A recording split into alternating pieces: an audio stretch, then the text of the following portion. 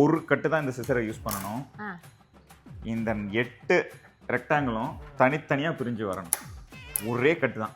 அது எப்படி ஒரே கட்டில் முடியும்? இப்போ பாரு, இப்படியே நான் கட் பண்ணிட்டு போனாலும் இப்போ முடிஞ்சிருச்சுல, கட்டு முடிஞ்சிருச்சுல, எனக்கு ஒரு 4 கட்டு கொடுக்குறியா? இல்லை. 4 கட்டு கிடையாதா? இல்லை. ஒரே கட்டில் எப்படி முடியும்? ஒரு கண்டினியூவஸ் கட், அவ்வளோதான். சரி இரு, நான் இப்போ ரூட் பார்க்குறேன்.